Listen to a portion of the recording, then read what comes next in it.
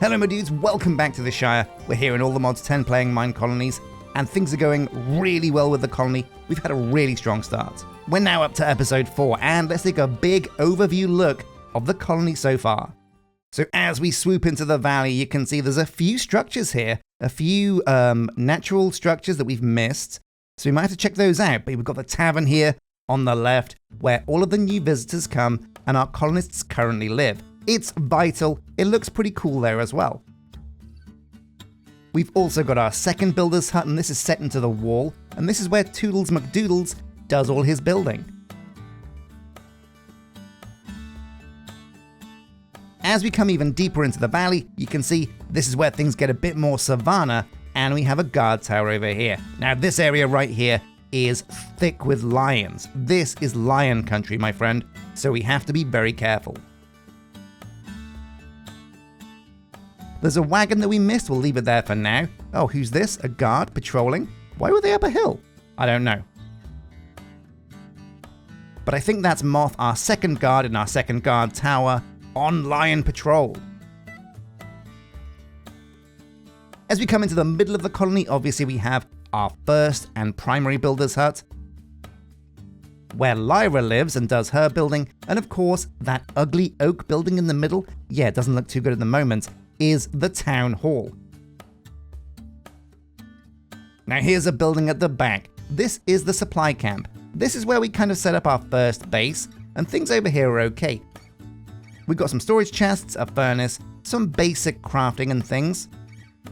But this episode, what I really want to do is focus on the player house. We're going to need to build a proper permanent place for us to live, and you guys in the comment section have said that the Shire style has a really good player house, based on Bag End. So I'm thinking, let's give that a look. Now, one of the big things you guys have been dropping in the comment section is some advice. I love to read all of your comments. So right now, what I would love for you guys to do is to smash the like button. Thank you very much. And also drop a comment to let me know how you are enjoying the series. Now, I didn't realize, but you guys in the comment section really want me to lean very heavily into the whole Lord of the Rings style of the Shire, and that makes a lot of sense. But another comment was raised. You guys suggested that the guard tower here is part of something bigger. So we're going to get the build tool out and take a look, because what I think this might be part of is either a wall or a road. Now the guard tower is from Shire Editions, so if it matches up with anything, it's going to match up with something in here. It might be a wall, so we'll take a look at the walls that are with Shire Editions. This would make sense because traditionally guard towers in Minecolonies do connect to walls often. The walls that Shire Editions does add though do look pretty cool. This is level 1, 2, 3, and this is an end cap. Let's go back and see what like a straight piece of wall looks like from Shire Editions. And yeah, at level 1 it looks very oaky, very palisadesy. I like that. There's even a mini moat here. Oh, hang on a sec. So this looks like a bit of a moat. Maybe if we swivel this around, it might match up with the guard tower we've already got. If we make the moats match. That's how we're doing it, right? So there we go, that is where the moat would be, and at level 3. Oh yeah, you know what? It does look like this guard tower is built to interact with, oh yeah, definitely look at this because it's all staggered. Yeah, so this guard tower is designed to work with the Shire Edition walls. That's good to know, and we might plonk a few of these down. In fact, why not? We can get one of the builders on this. We're going to build a simple wall that's going to curve around here and just go up to the hill there for now. We'll start with level 1 because I do think oak walls look a bit better. So we'll plonk this down, tick. The materials aren't too crazy, and we can get, I think we're going to give this one to Lyra. No, Toodles. Toodles is closer. So we're going to give this one to Toodles. Now we have a small problem. We want to design all of the walls, but we can't place the next piece of wall until we know where this one lands. That's why we need a brand new item, something unique to Minecolonies that's essential as an early game craft. We're going to build the goggles. How's it going, Mr. Pigman? That looks like a real hobbit pig right there. Look at them, he's got shorter legs, furry feet. Man, did you know what? But pigs are actually quite hairy sometimes. So if you take a look for goggles, you'll see that there's actually a few goggles. from a lot of mods, the ones you want those stand out pretty bad. It's the Builder's Goggles from Minecolonies. What these let you do is see blueprints of unbuilt buildings. They're not the cheapest to make. The leather we have, the glass we also have, the build tool and the iron, no problem, but it's a couple of gold nuggets that might hold us back. Luckily enough, the supply camp does give us this block of gold right here. Getting the gold is not going to be a problem, so oh yeah, get in my backpack. Lovely block of gold. We've got some quests done as well. Turning in these quests might actually give us more gold. Oh my god, it gave us more of everything. But yeah, amazing. We'll empty this stuff out into... Oh my god, so much stuff. I won't argue with it. That's a nice selection of stuff. But storage is a big one as well. But that's going to come into player housing also. So we have an iron pickaxe, and those are amazing. But another thing you guys mentioned in the comment section is that Minecolonies has paxels. What is a paxel? Well, it's a pickaxe, an axe, and a shovel all rolled into one.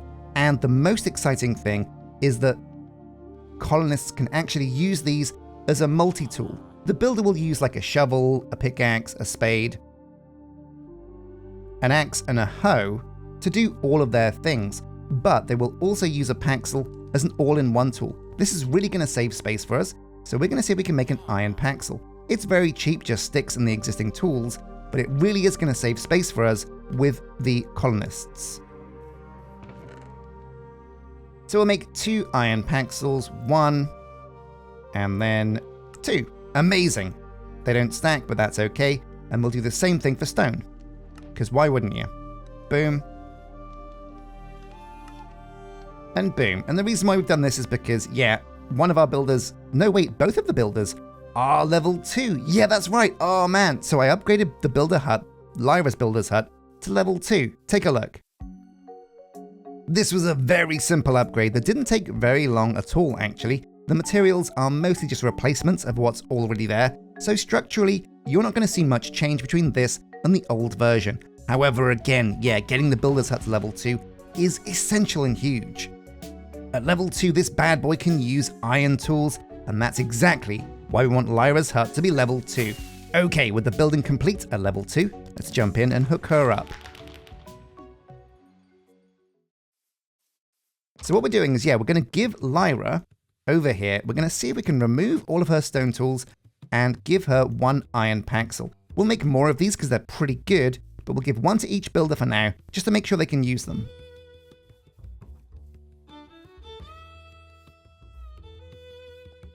And over here, Toodles McNoodles, who is desperately needing materials, but what we're going to do is give him the paxel as well.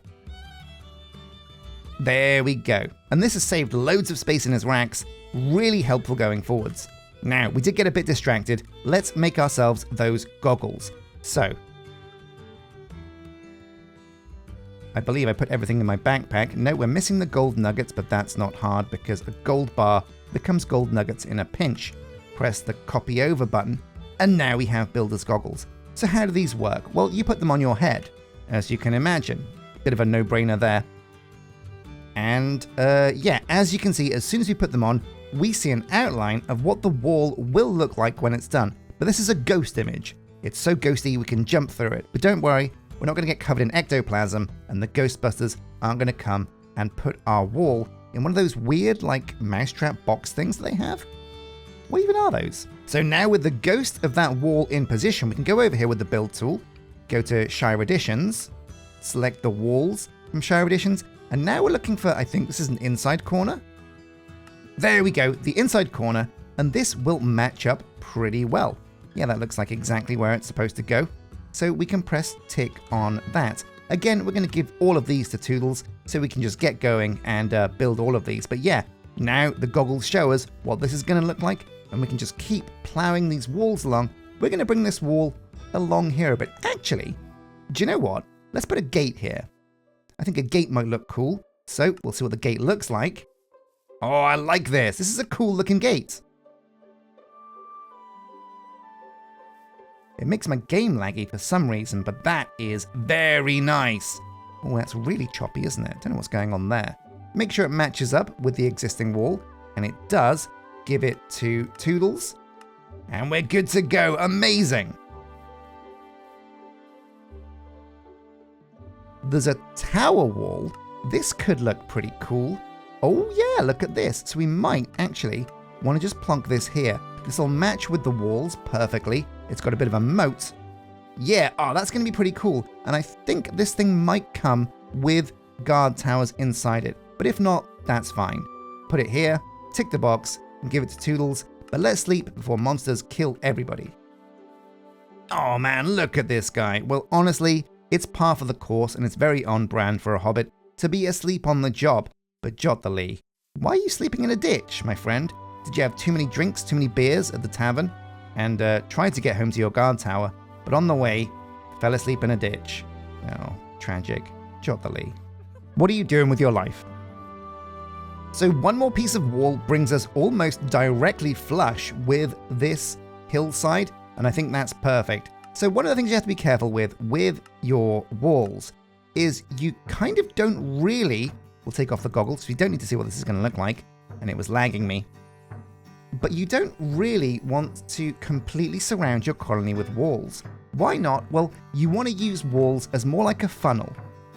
Raiders are going to get in, they're going to attack your base, and they are going to get through your wall. What you want to use walls for is to make sure they're focused in a place you can manage. Give them a bottleneck. Play it like tower defense. If you know exactly the areas where raiders are going to come in, you can focus your guards in those spots, and it's going to make things much, much easier, much simpler. But there you go, guard towers, walls in the bag. Now we're going to get onto the meat and fish and pie and veg and second breakfast and taters of this episode. We're going to be looking into the player house from the Shire pack. So let's find it and take a look at what this thing has to offer. So it should be in decorations, player house, bag end. Oh yeah. Oh, I cannot wait to see what this looks like. I really do hope this is a faithful recreation of the bag end from the movies. It's taking long enough to load in, so I'm feeling this is going to be pretty big. Okay, so plot twist, bag end was so badass, it's crashed our game. Okay man, so bag end is beyond legendary because it is throwing us into Crash City, so brace yourselves my friends. We're going to try something pretty crazy. We're going to turn off shaders.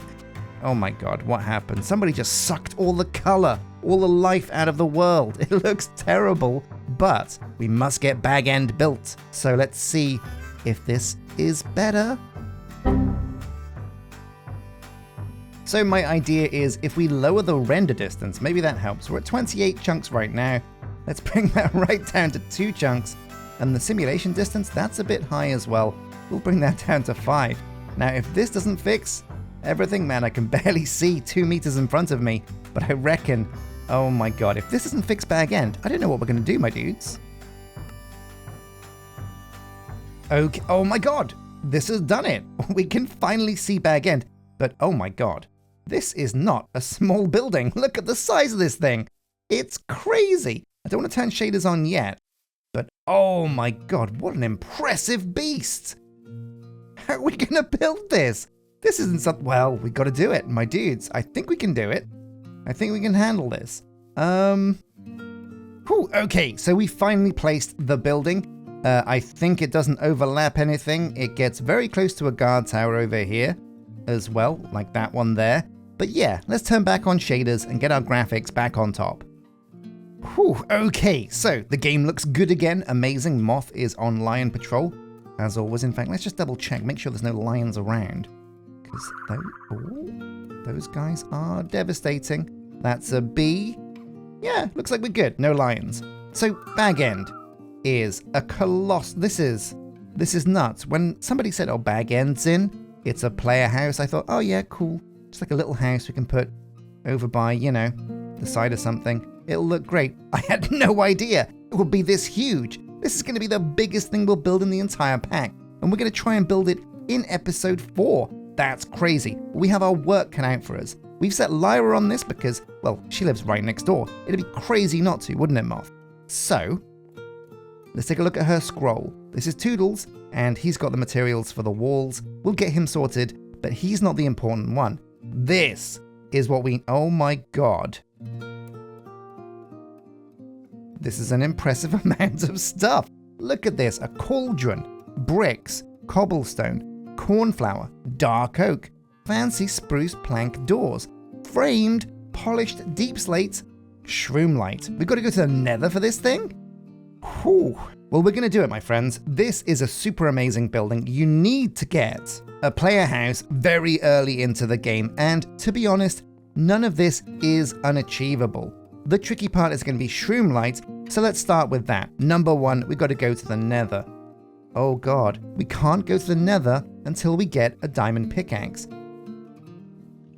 So step one, let's focus on the shroomlight. That has to be our number one goal. We'll start from the hardest and go to the easiest. That looks like the best organic way to get this done. We're going to need a diamond pickaxe.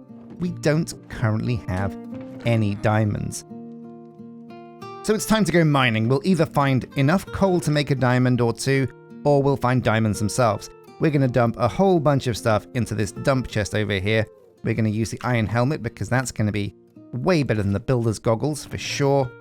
And we'll dump the resource scrolls for now as well because we won't need most of these things. We will be getting these iron pickaxes though, and the stone ones, because those are going to come in handy when we're digging for diamonds. Now another thing, we can upgrade some of our things. Number one, we can upgrade our backpack. Getting this to iron level is going to make things much easier. So if we surround this with iron ingots, bam, an iron backpack. This is going to give us loads more room. Let me show you how much more room. Boom. It's not a huge amount, but again, let's just get all of this into the dump chests over here as well. So we've got full iron armor, we've got an iron sword. It's going to be enough protection for us to just go and look for diamonds down in this hole, I think, I hope. We're going to grab some buckets of water because these work well as both a way for us to turn lava into obsidian, which we can do while we're down there. We're also going to get ourselves some oak because this will give us some sticks for crafting tools on the fly. Oh my god, get rid of all of those ugly seeds. Thank you. But yeah, also water can function as a great way to get down like large ravines because it's like a very easy to make elevator, kind of. Because guess what, guys? We can float. Can swim up a stream. So when life gives you a hole like this, you can turn it into actually a way down. Here we go. Ooh, oh no, careful.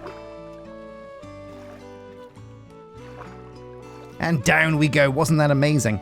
Now while we're down here actually, let's make ourselves some torches because that'll come in very handy.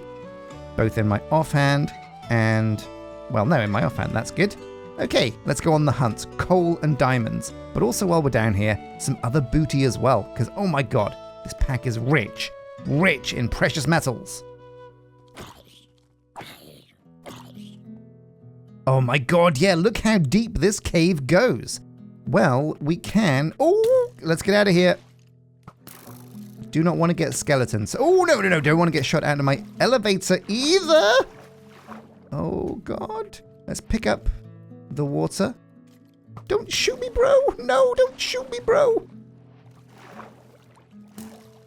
Oh my god. The place is deadly. Oh, but there we go. Diamonds. Hey, now we're doing it. Oh god. Aha. Diamond number 2 over... Oh wait, diamond number 2 and number 3. Perfect, that's all we need. Wait, even more. Oh, I won't say no. Now, I seem to remember there was some deep slate required for this build as well. So we'll grab that. Oh my god, that's the mother load of diamonds. Yeah! And we're going to grab the deep slate as well. Now, it's a bit of a waste using an iron pickaxe on deep slate, so we'll just ulti-mine up some deep slate with this stone one. Great stuff, that's a stack. We'll get, oh, even more diamonds, nice. Now look at this lava lake. Oh, this is the perfect thing to turn into obsidian. While we're down here, we're going to grab some redstone as well, because this stuff is vital. Oh, is that some gold? I won't say no to that. Yes! What a great mining trip. So down goes the water. Make ourselves a diamond pickaxe. Wow, 10 diamonds already. Crazy, my dudes. Crazy. We're in Diamond City. Let's get ourselves some obsidian. So we'll put the nether portal, I reckon. Oh man, this is the speediest run of going to the nether I've ever done. But again, we want to put the nether portal really far away from the colony. Don't want to risk any piglins roasting our colonists. And we'll just use the obsidian we have because, oh no, that little maneuver's going to cost me 60 years.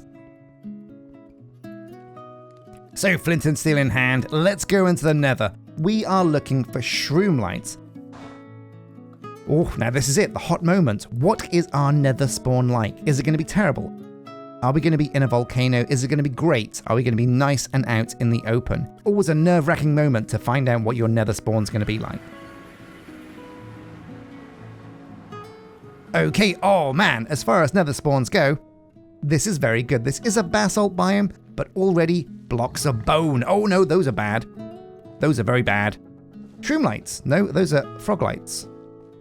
No, they're bio-shroom blocks. Oh my god. Well, let's just run around. Oh, that pig is still chasing me. Come on, dudes. I'm only here for shroom light. Give me a break. Keep our eyes peeled. Now, absolutely while we're here, if we see any nether quartz, we'll be grabbing that because it's one of the big things required for a lot of mods. A lot of things need nether quartz, and it's one of the things you can't get in the overworld. Well, not usually without a lot of difficulty. And of course, we'll take a stack of netherrack, because you never know when you're going to need nether bricks.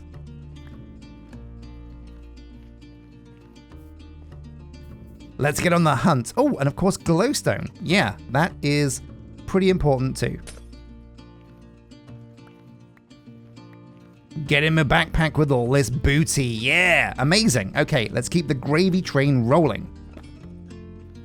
Now, shroomlight can be pretty tricky to find, but if you don't know where to find it, this is where it is. It's in these either crimson or warped forests in the nether. And there it is, right up there in that tree. I can see it. Looks pretty safe around here so far. Let's go and grab ourselves some shroomlight and get home. So spruce we have access to, glass we have access to, hay bales.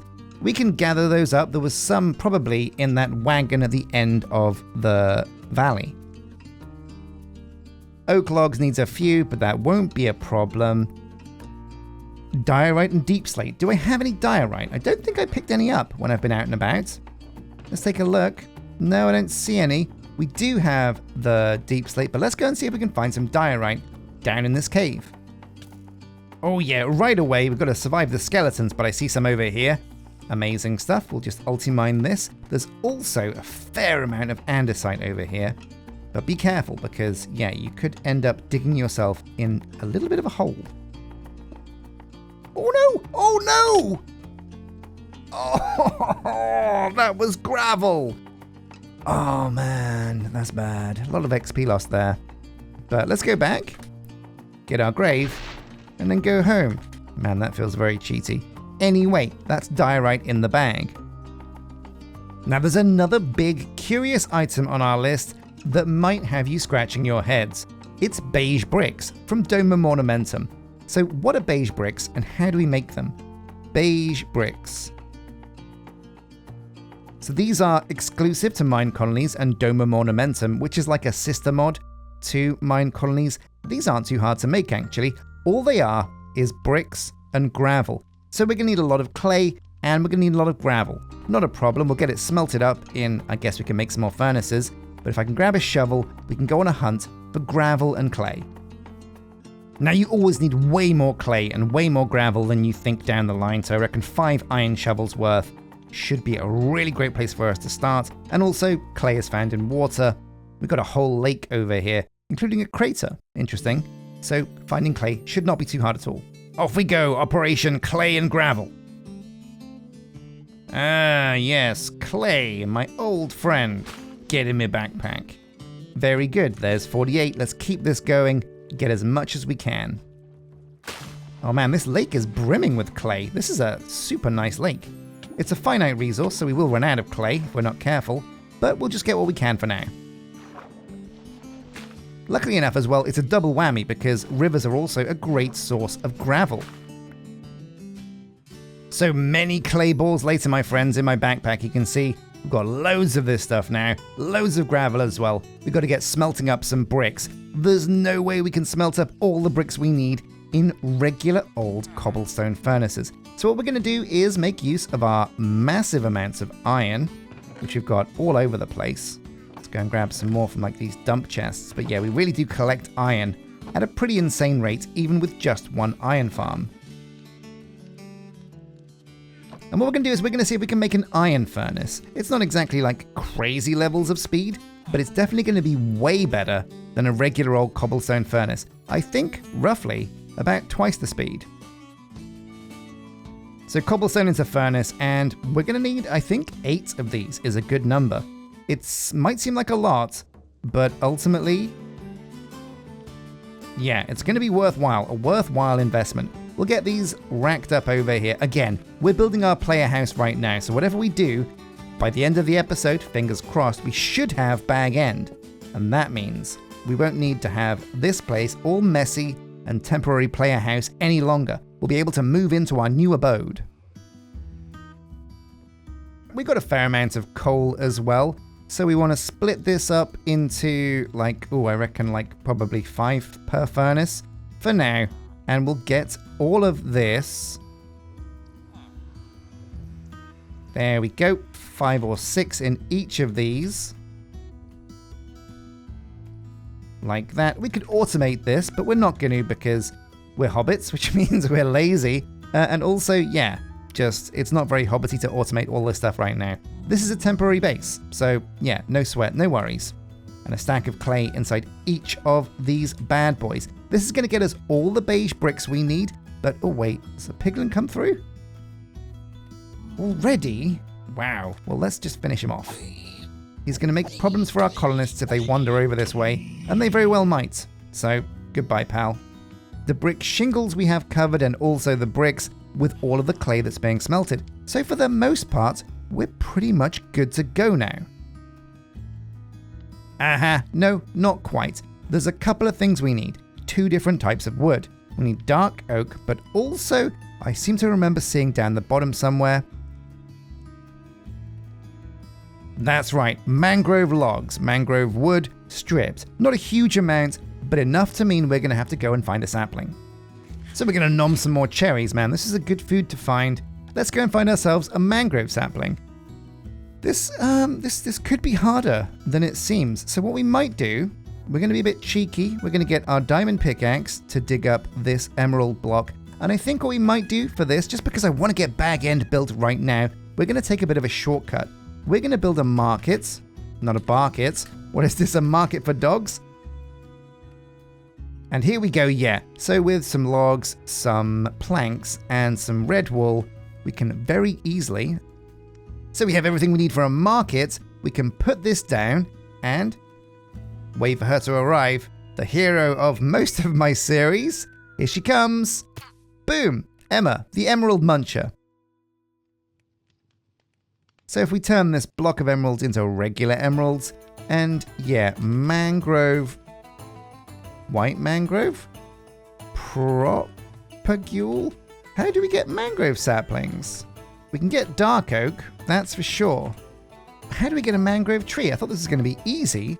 Mangrove, yeah, it's one of these things, a mangrove propagule.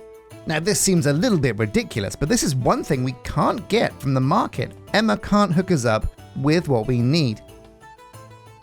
Okay, so I've been looking through my chests, desperately hoping I'd find a mangrove propagule, and we do have this free supply camp. So, what we could do is be a little bit cheeky here. We could build another supply camp from a style that has the mangrove propagule. So I'm thinking well, okay, which style's going to have a mangrove propagule? I'm fairly sure I found supply camps with these inside, but what we're going to have to do is hope that the supply camp we pick has one. So we're going to go out of the way here. In fact, we might even just RTP. Right, we're way out here in the sticks, like a million miles from anywhere. So what we can do is we can look for a supply camp with a mangrove sapling and take it home. I think this is the best way of doing it, because otherwise we're going to spend days, my dudes, looking for swamps. Now, if memory serves, the Shogun supply camp, which is a very cool supply camp as they go, might actually have a mangrove propagule. So I feel like the Shogun style is where we're going to gamble. Tick the box. Boom, here it is. We've got the Shogun supply camp. So here we go, the moment of truth. Oh, in fact, even cooler, the Shogun style comes with its own clipboard, so we didn't even need to make that. But what we will do is we'll raid this for all the stuff we need. For example, we definitely want this dried kelp. That's going to come in very handy.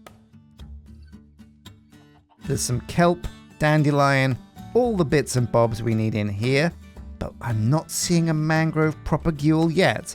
It's not over, so keep going. We might find one. No. Oh, whoa! Oh my god! A sniffer egg!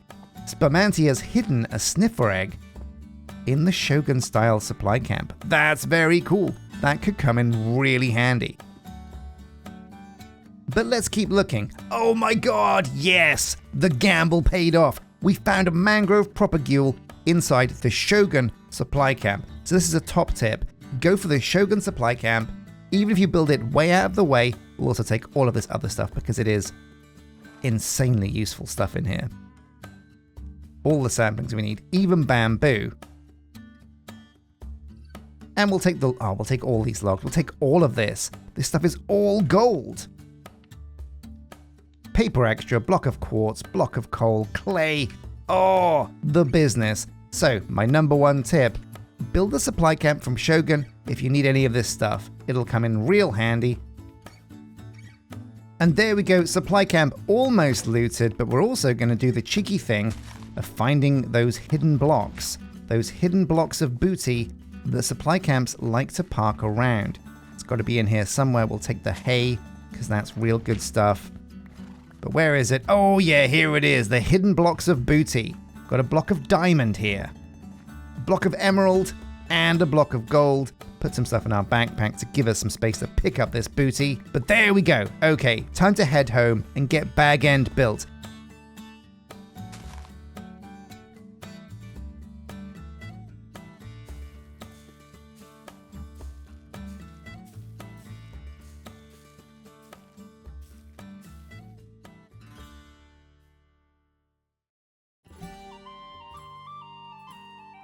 So here we go, Bag End. Oh my god, I had no idea this would be the colossal undertaking that it is, but the player house is so essential to any Minecolonies playthrough, and there's a lot of stuff I want to do inside it. We absolutely had to get Bag End under wraps.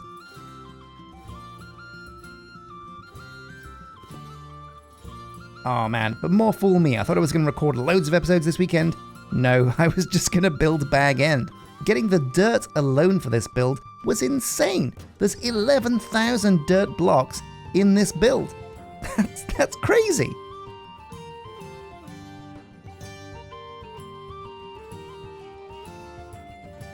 And let's not forget, the builder only has one rack, so I'm going to have to keep going in and refilling her dirt. But luckily enough, getting 11,000 dirt, it isn't that bad. You need a lot of stone shovels, a lot of RTPing around the world, ulti-mining, ruining the landscape to get you all the dirt you need. But it's no sweat.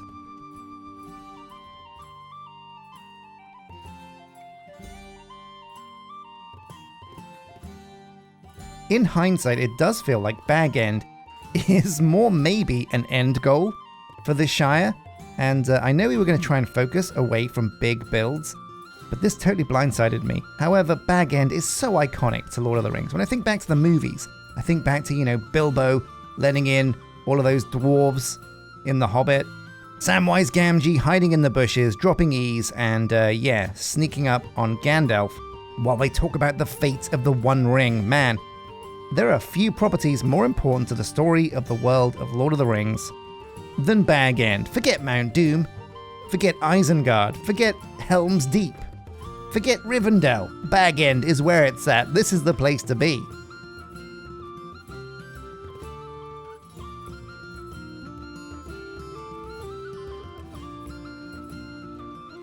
And we're going to trick out the internals of Bag End with all the mod cons. We're going to put loads of furniture in there.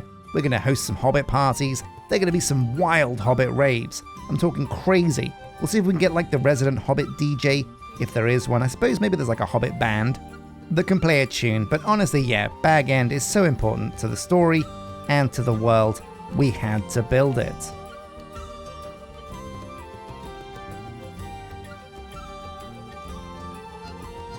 The materials also did massively blindside me on this one. I didn't expect to go to the Nether this soon in the series, But once Bag End is built, it means we can go over to our supply camp and start clearing things out, getting rid of all of that ugly stuff we put outside temporarily.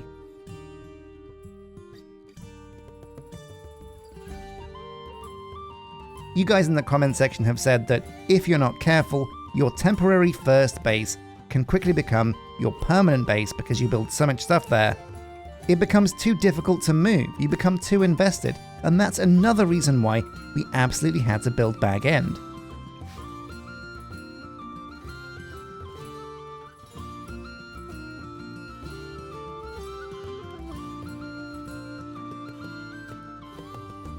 This also makes me realize, what are your guys' favorite places in Lord of the Rings?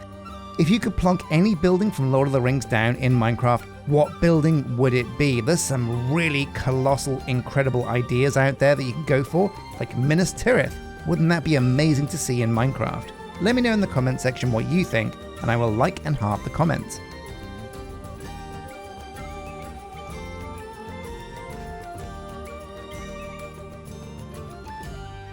But the scale of Bag End has been incredible, the time it's taken has been astronomical, but I do think it's been well worth it.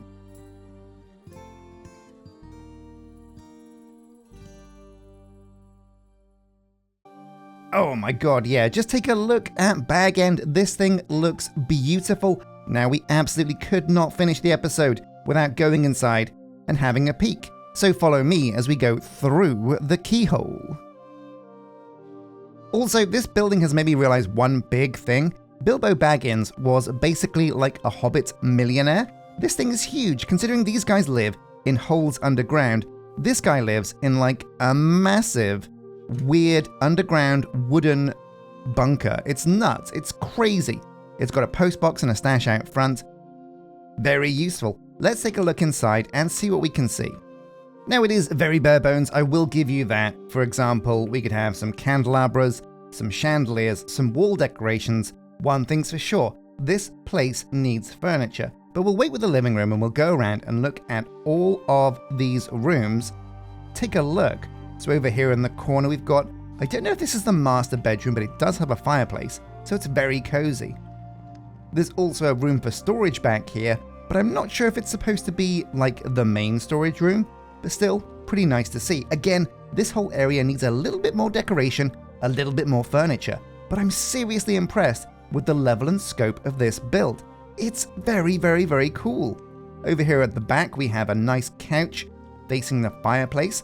I don't know, I think this might be the place where the hobbits got together with the dwarves and they sung Lonely Mountain. Oh man, what a banger of a tune. Sometimes I slip that on every now and again just to relax. Out here at the back, we have a bath. Wait, what is this, like a spa? They never showed this in the movies, but still, it's a pretty... Wait, this is a spa. It's got like a spa bed, a hot tub, a lounger facing, well, a hill. Still, you know, can't complain. And this backs up my theory that Bilbo Baggins was a secret millionaire. He had loads and loads of gold, and you got to remember, right, he had this place before he'd even been to the mountain, before he'd like kind of gone into Smaug's den and stole all his gold. So this guy was absolutely dripping in money. Old money. Now, this is obviously the kitchen, and what's super amazing about this space is it's really empty. So can you imagine a Cooking for Blockheads kitchen in this entire room?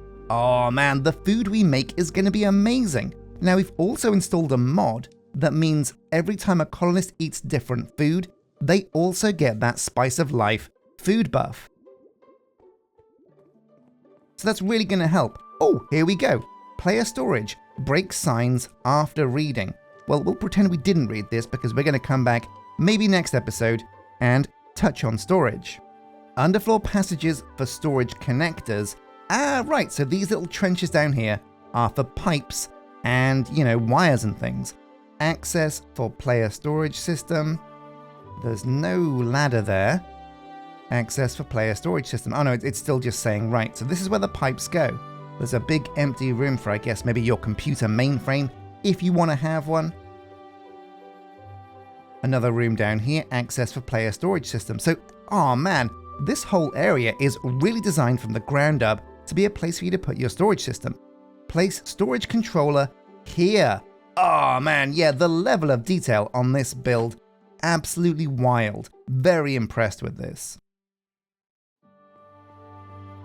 Then we come back here, we've got the back door obviously, and we're gonna have to tidy this up so it fits in with the landscape, because at the moment it doesn't quite work, but we can fix this, we can make it look good. Then at the back here, we've got like a bedroom study. Oh man, I think this might be the room where Bilbo writes, you know, his little kind of journey. There and back again, A Hobbit's Tale. We got guest bedrooms as well, and as we come over here, I've saved the best till last.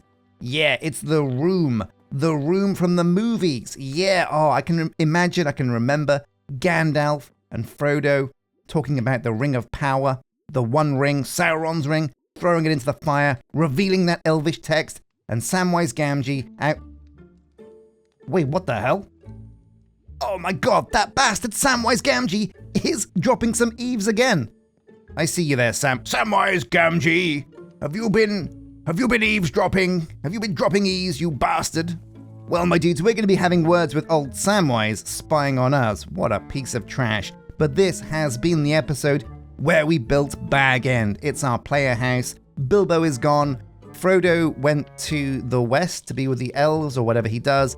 And so we inherited Bag End. We are the new hobbits on the block. We also inherited his millions of dollars as well. Hobbit dollars, if whatever they spend. Shekels. We inherited his hobbit shekels as well. Oh man. But thank you for watching. Next episode, I think we're going to touch on storage systems, both for our player and for the colony, because we do need a warehouse. But yeah, thank you for watching, and until next time, take care.